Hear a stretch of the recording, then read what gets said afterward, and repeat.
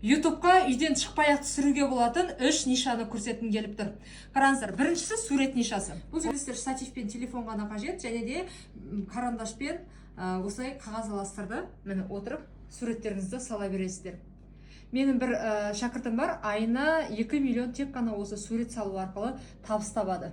Екінші ниша, ол егер сіздердің балаларыңыз болса, осының ойыншықтар болады, АСМР распаковка жасай аласыз. YouTube'қа Toys деп жазсаңыздар, көптеген нишалар шығады. Ойыншықтар арқылы да YouTube'дан табыс табуға болады. Үшінші ниша тек қана телефон мен ноутбукпен жасалады, ол яғни мультфильмдер. Сіз ағылшын тілінде, қазақ тілінде түрлі осындай мультфильмдер жасай аласыз.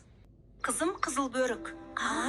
Анау тау етегіндегі қыстақта отырған әжеңе барып, мына бауырсақ пен майда апарып бер. Сіздерге өтімді 3 нишаны көрсеттім. Яғни америкалық YouTube'да өздеріңіз сөйлемей, көрсетпей, осындай көптеген нишалар бойынша контент жасап, айына миллионнан жоғары табыс таба аласыздар. Енді осы америкалық YouTube'да бастағыларыңыз келіп, толық ақпарат қажет болса, төмендегі WhatsApp номерға жазыңыздар.